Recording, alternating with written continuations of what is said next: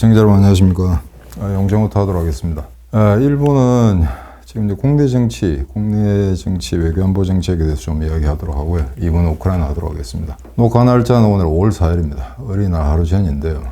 지금 아마 외교, 박지는 어제 했고, 지금 국방장관, 차기 정부의 외교, 안보 담당하는 장관들을 지금 청문회에 이르고 했는데, 오늘 마침 대표님이 생방송에서 이제 박진의 발언, 박진의 외교안보에 관한 발언이라는 게 결국 윤석열의 생각이고, 그게 차기 정부의 어떤 방침이 되겠죠. 실망을 금할 수가 없는데, 제가 몇 주 전에 이 방송 했을 때 아마 기억하실 겁니다. 지금 대부분의 이제 보수에 속해 있는 사람들이 다른 거 다 몰라도 좋으니, 다른 거 다 망치고 좋으니, 지금 망가진 어떤 그 한미동맹, 그다음에 외교 안보만큼은 좀 확실하게 해달라라는 게 최소한의 주문이었는데, 아마 얘들 지금 하는 거 보니까 그 최소한의 여망도 반영하지 못할 것 같습니다. 지금 대표님이 이제 그 박진의 청문회에 대해서 자세히 말씀해 주셨기 때문에 되풀이해서 이야기하진 않겠습니다만, 2017년에 새 정부 들어서고 나서 이제 강경화 장관이 산불 선언하는 이제 그런 이제 해프닝이 있었죠. 해프닝이라기보다는 계약이 돼 있던 건데, 친중 친북으로 가겠다는 그런 이야기였고, 문정부 이제 출범, 그 다음에 중국에 가서 산불 선언, 그거로 이제 한미동맹이 완전히 이제 붕괴됐습니다. 한미동맹을 강화한다는 건 민주당 애들이 백날 그 앵무새처럼 떠들고 있는데, 사실은 지난 5년간 완전히 망가질 대로 망가졌죠. 그래서 이거는 한미동맹을 처음에 이제 윤석열이가 재건하겠다, 리컨스트럭트 하겠다라고 했는데, 그걸 또 민주당에서 뭐라고 하니까, 지금까지 한미동맹이 잘 굴러왔는데 무슨 그런 용어를 쓰느냐라고 하니까 또 애갱해가지고 한미동맹 강화라 했거든요.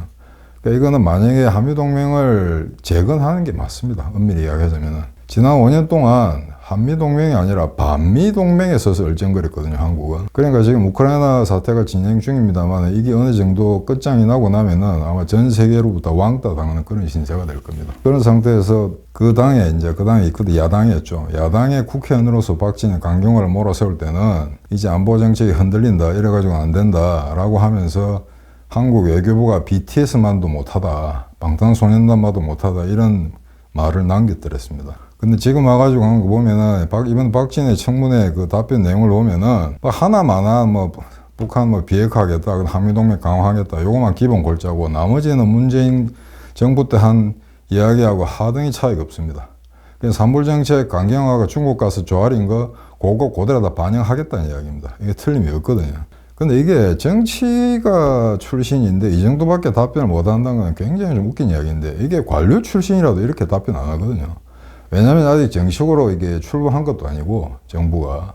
그 다음에 이게 아직 장관으로 이제 정식으로 출범해서, 친정부가 출범해서 장관으로 근무하는 것도 아닌 상태에서는 거기에 법적 책임을 질 근거가 없습니다. 그래서 국회의원들이 아무리 무슨 이렇게 예리한 질문을 한다 하더라도 민감한 내용에 대해서는 그냥 얼버무리면 됩니다. 그러니까 모든 아젠다는 테이블 위에서 협상할 수 있다. 모든 가능성이 열어놓고 있다.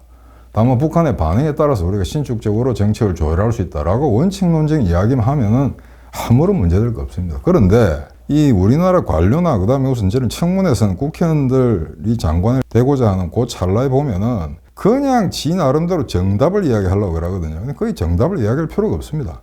국제정치에 무슨 정답이 있는 것도 아니고요. 근데 소위 말해서 이제 보수 정권이 출범하려고 하는 이 찰나에 가장 핵심적인 외교안보 분야에 대해서 이렇게 막연하게 답변만 한다?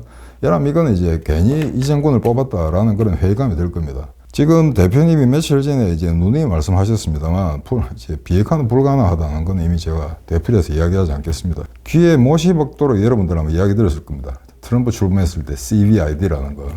그냥 북한의 비핵화 완전하고 검증 가능하고 돌이킬 수 없는 dismantling, 처치해버리겠다는 뜻이 이제 그게 CVID인데, 이 CVID가 관철되려면 북한이 핵 협상에 응해줘야 된다는 전제가 필요한 겁니다. 근데 얘 전혀 그런 할 생각이 없죠. 오로지 지난 5년 동안 핵 고도화, 핵무기 개발하면 계속해서 전념했었고 상당 수준까지 올라와 있습니다. 어떤 면에서는 재래식 병기를 제외한다면은, 그러니까 러시아, 미국, 중국, 그 다음 네 번째라면 세계 핵 대국이 될 겁니다. 이런 비대칭 전략의 극대화 전략으로서 우리하고 이제 맞닥뜨리는 북한을 이런 식으로 처리하게 되면은 이건 이제 미래가 보장되지 않죠. 그래서 이 하나만한 CVID, 이제 CVID는 이제 더 이상 이야기 꺼낼 필요가 없을 것 같습니다. CVID라는 건 북한이 평화적으로 이제 우리가 거래를 하면서 비핵화를 갖다가 하겠다라는 의지를 표명하는 건데 그 전제가 충족되지 않는 한 이 CBID는 우리가 관철시킬 수가 없거든요. 그래서 비핵화 이건 하나만한 이야기다. 그리고 또 김성한이 이제 이거 지금 외교안보실장이죠. 김성한도 외교안보실장으로 들어가서 제1성이 또 비핵화 하나만한 이야기입니다. 비핵화. 어차피 저쪽이 비핵화 하지 않을 건데 그런 말을 한 거. 이걸 보게 되면 그다음에 좀 강성이랑 김태호까지 들어가 있는데 김태호도 마찬가지입니다. 지금 이제 그 인수위 외교분과위원으로 있는데 거기서 하는 이야기도 뭐 똑같죠. 맨날 하는 소리 뭐 비핵화하겠다는 거. 근데 이번에 이제 박진 외교장관이 제일 수장인데 외교장관이 될 사람이 북한 문제, 중국 문제에 대해서 이렇게 나온다라면 이게 미국이 이제 화를 자초하는 겁니다. 그래서 그건 나중에 잠깐 뒤에 가서 이야기를 하겠는데 이렇게 되면은 이제 한미동맹을 과연 중심축으로서 우리가 외교안보 정책을 새로 정립을 할 수 있느냐. 이게 이제 말이 안 되는 거죠. 그래서 이제 강경화가 옛날에 청문할 때 콘에 몰려가지고 낙마할지도 모른다는 소문이 파다했었는데 그때 데자부입니다. 그래서 이런 놈을 갖다가 앞으로 안보정책, 우리나라 외교안보 정책을 맡겨야 되냐. 이런 데 대해서 장관은 그 회의가 될 수밖에 없는데 뭐 어쩔 도리없이 저도 저럴 거라고 예상을 했습니다. 절대 강경하게 못 나올 거라고 예상했거든요. 그러니까 저게 만약에 뭐 우리가 이야기한 것처럼 대표님이나 혁명21에서 얘기한 것처럼 일본과 공동 개발을 하겠다든지 전술핵을 갖다가 남한에 갖다 놔달라든지 이런 식의 표현을 할 용기나 그런 배짱이 없으면은 그냥 두리뭉실하게 넘어가면 됩니다. 옛날에 조금 모자란다는, 머리가 좀 모자란다는 아들 부시 있죠. 아들 부시도 그런 질문 받을 때마다 이래가 했거든요. 외교는 어떤 특정 룰에 프레임워크에 갇혀서 유연성을 상실하면 곤란하다. 그래서 모든 가능성에 열어두고 있다라고 이야기하면 되는 겁니다. 근데 그 정도의 어떤 외교적 답변, 빠져나가는 그런 어떤 술수나 테크닉도 없다라는 거는 제가 볼 때는 외교장관으로서 자격이 없습니다. 왜냐하면 관료 출신이 아니고 정치권에서 그 정도 이제 잔뼈가 굵었으면은 그런 트릭을 쓸 줄 알아야 되거든요. 근데 그런 트릭을 구사할 수가 없는 사람인지 안 그러면 근본적으로 이제 외교안보 또는 이제 세계체제 변화에 대해서 이해가 없는 건지 그거는 좀 더 두고 봐야 되겠죠. 그래서 이제 이 우리가 자꾸 보면 정권이 지금 우파 정권으로 바뀜에도 불구하고 실제 그 외교안보 정책, 개개 국민에 있어서의 외교안보 정책 내용은 별로 문과리 정부 때와 수정된 게 없다라고 보게 되면 이제 미국이 이제 이걸 심각하다고 생각하는 거죠. 왜냐하면 미국은 이번에 이재명이 아니고 윤석열이 됐다는 데 대해서 일말의 안도감을 표현했거든요. 근데 구체적인 내용에 들어가서는 전혀 달라진 게 없다 이겁니다. 그래서 이게 이제 뭐가 문제가 되냐면은 대표님이 아마 이런 이야기 하셨을 겁니다. 그러니까 지금 우크라이나하고 러시아의 전쟁이 진행 중인데 이 전쟁이 끝나고 나면은 즉 우크라이나 전쟁과 우크라이나 전후에 완전히 세계체제가 변할 거다. 그러니까 이게 무슨 말이냐면 제가 지난번에 세계체제의 변모 과정에서 조그만 단계, 그러니까 국민이라고 하는 페이즈 단계가 있다고 그랬죠. 그런데 그거보다 상위의 개념, 스테이지 개념이 있다고 이야기했습니다. 대표님이 이야기하시는 우크라이나 전쟁 전과 후라는 거는 새로운 스테이지가 시작된다는 겁니다. 그래 이걸 갖다가 이제 두 가지 차원에서 설명을 드릴 수가 있는데 세계체제를 정치, 경제 두 가지로 나눠서 생각해 봅시다. 지금 이제 코로나 문제로 인해서 더더욱 이제 미국과 미중 간의 대립이 심화됐죠. 그리고 특히 이제 소위 말해서 신냉전이라는 이야기를 갖다 쉽게 이제 언론상에서 입에 떠올리는데 미국과 서구 사회, 그 다음에 러시아, 중국, 북한 등을 위시한 어떤 권위주의 체제 이게 다시 이제 과거의 미소 대립처럼 그런 이제 대립 국면으로 점점 가게 된다라는 내용을 이제 설명하는 게 신냉전 구도입니다. 그런데 이 신냉전이라는 게 사실은 코로나 때문에 더 가속화된 그런 측면이 많습니다. 이제 코로나 이전 단계에서는 소위 말해서 뭐라 그럴까 자본의 어떤 자유로운 이동, 그 다음에 임금이 싼 곳에 무조건 이제 대자본이 투자를 해서 공장을 짓고 전체 산업 생산 효율을 높이는 이런 글로벌적인 공급망 구도는 더 이상 이제 작동하지 않게 됩니다. 왜냐하면 이제 중국이 과거의 중국 같지 않거든요. 그러니까 중국이 오로지 경제 성장에만 매진하겠다라고 했을 때는 어느 정도 좀 느슨한 자유주의적인 그런 분위기를 느낄 수 있었습니다만 지금은 완전히 전체주의 사회로 돌아섰지 않습니까? 자, 그런 상태에서는 자본이 어떤 국경을 넘어서 이런 권위주의적인 체제 하에서 생산 공장을 설립하고 고용을 하고 굉장히 리스크가 부담이 드는 겁니다. 그래서 지금 그 리쇼링이라 해가지고 거기 나와 있던 미국,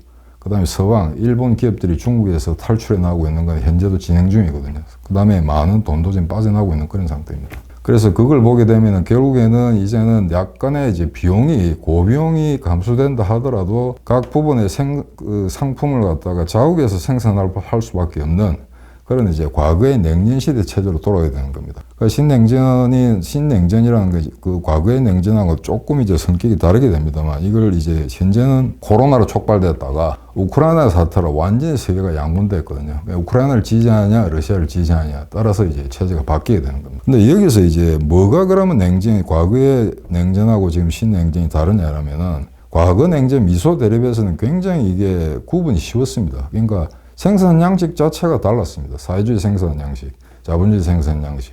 그 다음에 그 상부조술이었던 그 법치주의. 그 다음에 인권이나 어떤 그 시민민주주의에 대한 개념, 이런 게 이제 구소련 측과 서방 측은 완전히 달랐던 거죠. 그런데 지금의 신냉전 체제는 아마 새로운 모습을 갖추기까지 상당한 아마 시간이 걸릴 겁니다. 그게 뭐냐면은 지금 이번에 이제 우크라이나 사태가 나니까 러시아가 유엔에서 그 안보리 상임이사임에도 불구하고 인권이사에서 쫓겨나지 않습니까? 근데 93개국이 이제 비토를 내서 이제 러시아를 축출을 시켰죠. 그런데 거기에 기권한 나라들 면면을 보면 이게 상당히 좀 우려스럽다는 겁니다. 인도와 인도네시아가 기권을 했습니다. 그러니까 인도 같은 경우에는 중국과는 이제 경쟁 상태지만 중국과의 경쟁 구도에서 러시아와의 계속 군사 협력을 할 수밖에 없다라는 그런 자국의 이익 때문에 러시아와는 척지지 않겠다는 거죠. 인도네시아 같은 경우에도 어떤 그 러시아와의 어떤 관계 그런 것 때문에 지금 응급주춤한 그런 상태고요. 그 다음에 브라질 뭐 이런 나라들, 그 다음에 뭐 여러 가지 완전히 노골적으로 이제 러시아를 갖다가 지지한 나라들도 있습니다만. 우리가 과거에 우방 내지는 최소한 그래도 중립을 지켜줄 수 있을 거라고 생각했던 다수의 나라들이 오히려 러시아, 결과적으로 러시아를 편을 드는 이런 나라들이 많이 들었었습니다. 특히 사우디아라비아, UAE, 기본적으로 친미 국가들이죠.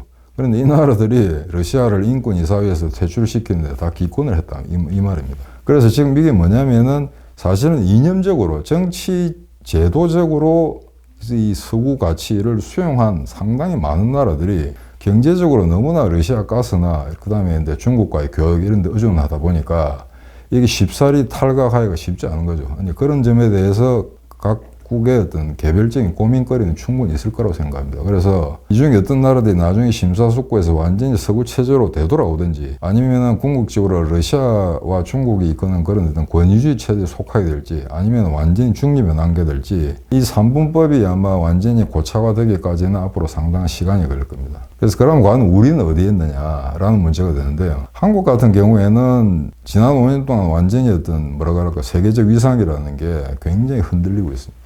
제가 누누이 말씀드렸습니다만 국제사회라는 거는 200개 나라 전체를 이야기하는 게 아닙니다. 엄밀히 이야기하자면 미국, 캐나다, 호주, 뉴질랜드, 일본, 그 다음 EU의 몇 나라들, 그게 국제사회입니다. 나머지 100몇십 개 허접한 나라들은 언제든지 어떤 권위주의 국가 또는 과거의 공산주의 국가들한테 휘둘릴 수 있는 나라들이거든요.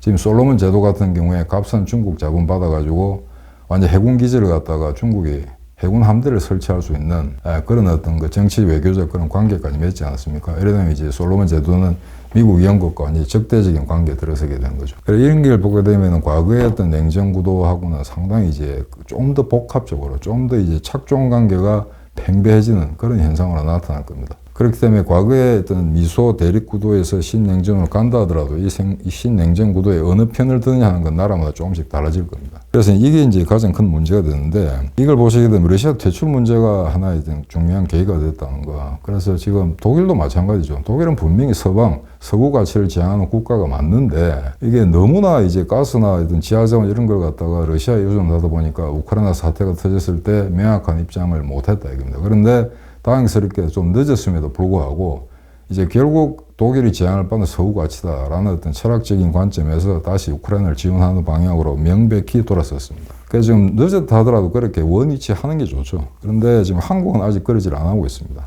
한국은 여전히 그러질 안 하고 있고 그게 특히 이번에 어떤 박진의 어떤 답변에서 여실함 드러난 게 아닌가 그렇게 지금 생각되고 있습니다. 그 다음에 소위 말해서 지금 그 유럽의 대부분 나라들이 과거의 그 공산권들 그러니까 뭐 체코, 헝가리, 슬로바키아, 루마니아, 불가리아 이런 나라들이 다 이제 사회주의 체제를 갖다가 다 거기서 탈각하고 자본주의 시장 경제를 받아들이면서 나토에도 가입을 했습니다. 근데 나토를 가입했음에도 불구하고 지금 완전히 우크라이나 사태가 났을 때 나토 회원 국가들의 입장은 전부 이제 판이하게 다르게 나타나거든요. 그 중에서 이게 헝가리는 나토 회원 국가임에도 불구하고 이 오르만이라는 독재자가 사실은 극우적인 성향이 굉장히 많은 사람입니다. 그런데 웃기게도 극우적인 성향을 갖고 있으면서도 러시아하고 중국과 친한 이런 이상한 관계를 가지고 있거든요. 그래서 이번에 바티칸에 있는 그 교황하고도 만나가지고 5일, 9일날 러시아 전승 기념일을 계기로 해서 전쟁이 곧 끝날 거다 이런 이야기를 전달했다고 하는데, 이 헝가리의 오르반이 지금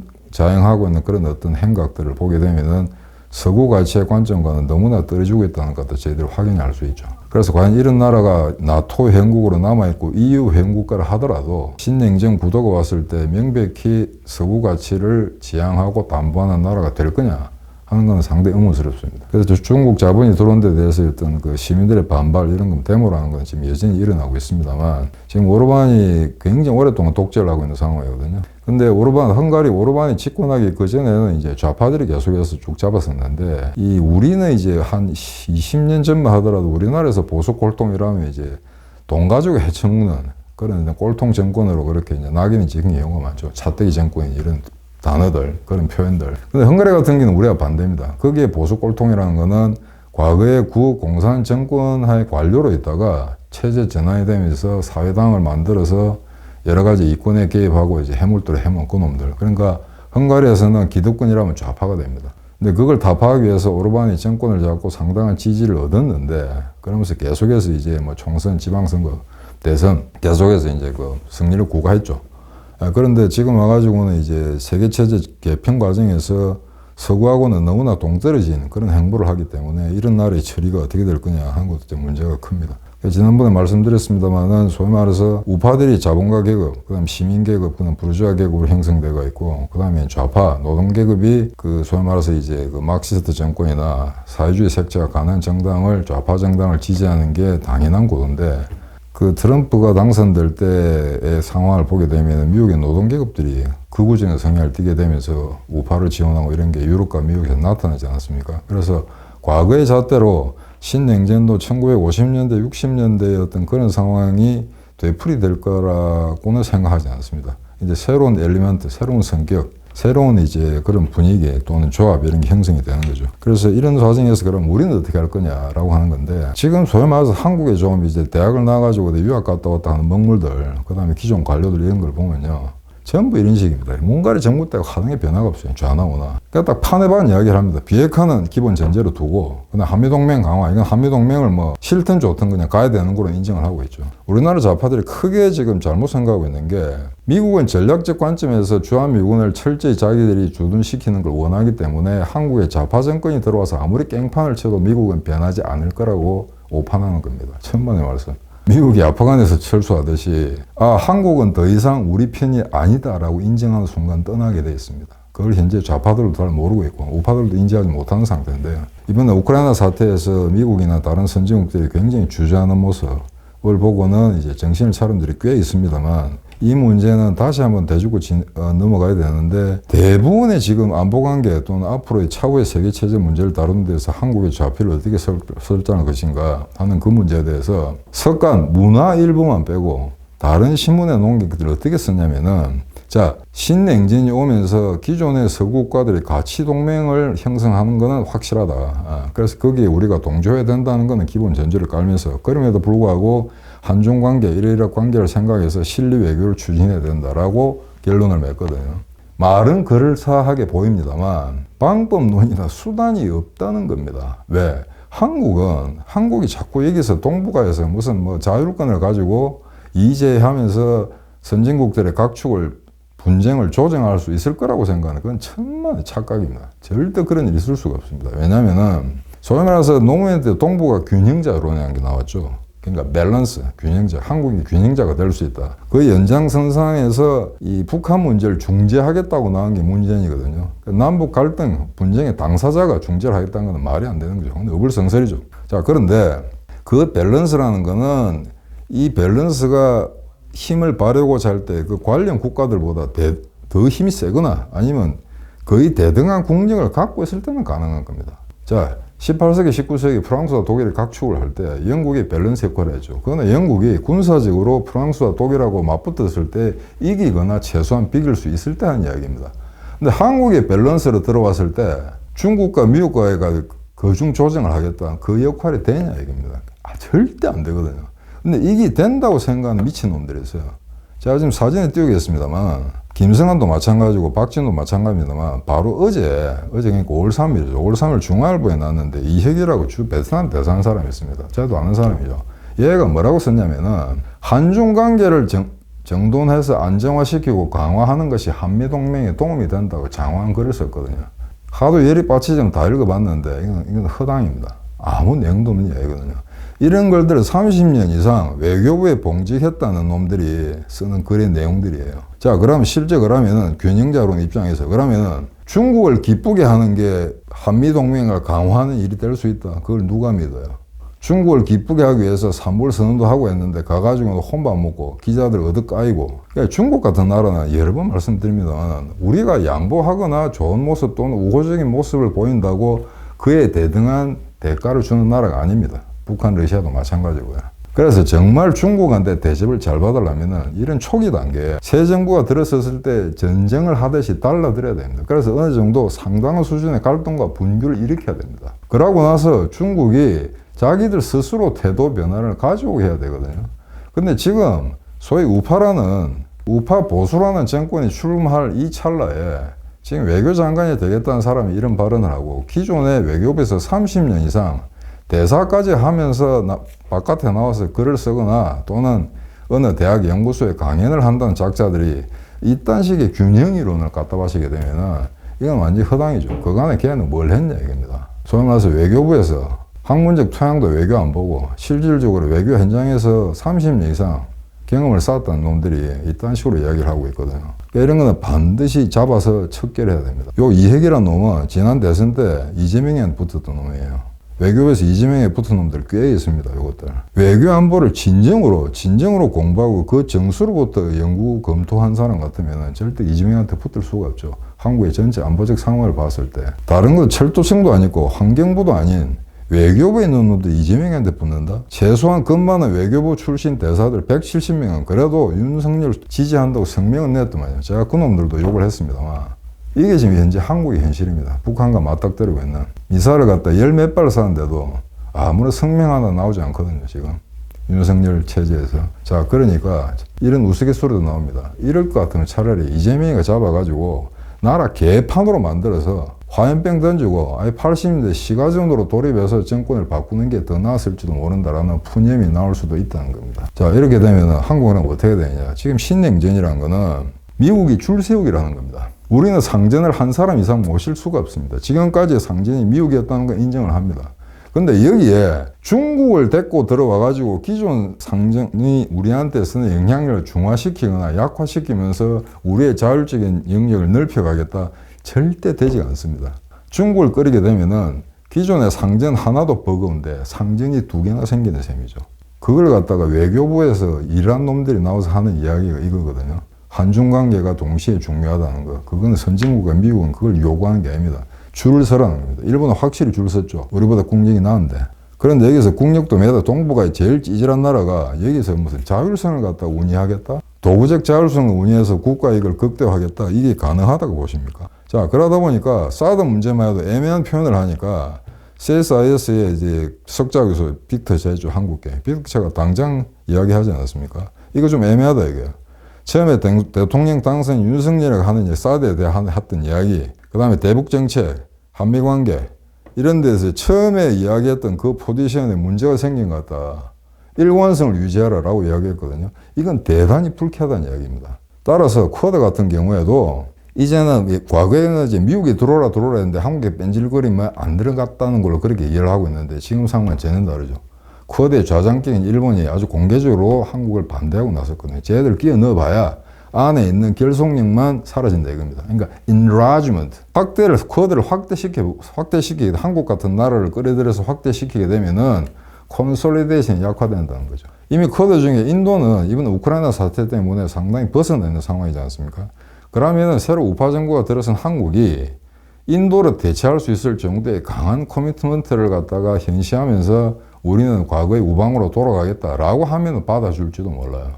그럼 인도의 입장도 어느 정도 누그러뜨릴 수도 있습니다. 인도는 지금 완전히 친러로 바뀌고 있으니까. 그러니까 이런 상황에서 미국이나 서방이 한국은 어디에 설레라고 물어보는데 이딴 식으로 나오게 되면은 다시 옛날 자리로 돌아갈 수가 없을지도 모릅니다. 이게 지금 가장 심각한 문제가 되는데요. 그래서 이 지금 가치동맹에 플러스 해가지고 실리외교를 추진하겠다. 말은 그럴싸합니다만은 현실적으로 불가능합니다. 한국이 일본이나 미국 정도의 국력을 가진 나라도 아니고요. 여전히 북한한테 지금 핵무기 때문에 쥐사는 그런 상황인데 여기서 그런 강대국들의 틈바구니에서 우리의 실리를 갖다 추구하겠다?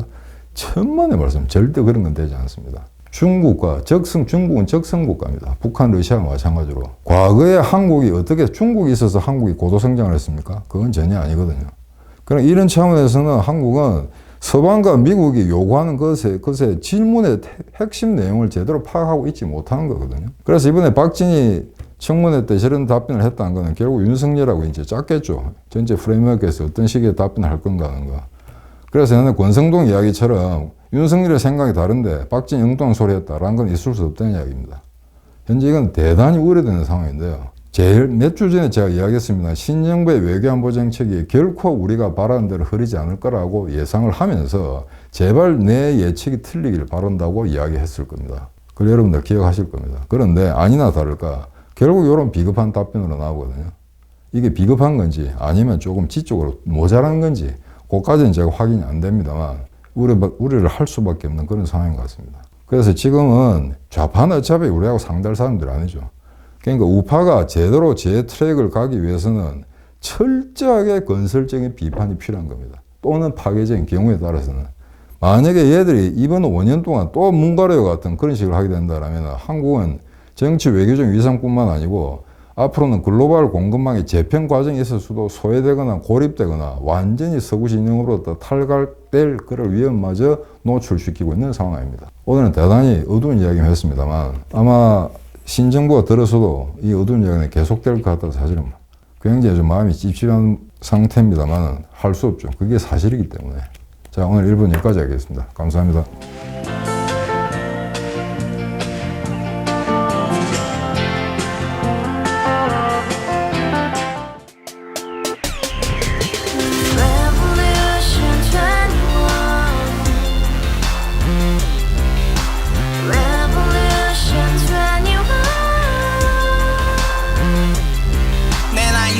월세 30 코인빚만 300 서울에 온 지 벌써 10년 아둥바둥 버텼지만 여전히 난 반지 하에 제왕 곰팡이 연문제약 내비랑 깡통망통 완전히 폭망 고시원 창문만큼 작아진 내 꿈 연애 결혼 내 집 모든 게 헛꿈 1년 전 떠난 여친 울며 말했지 같이 스파차 평생 가본 게 꼭꼭꼭하지 가바후스 700 나도 소유주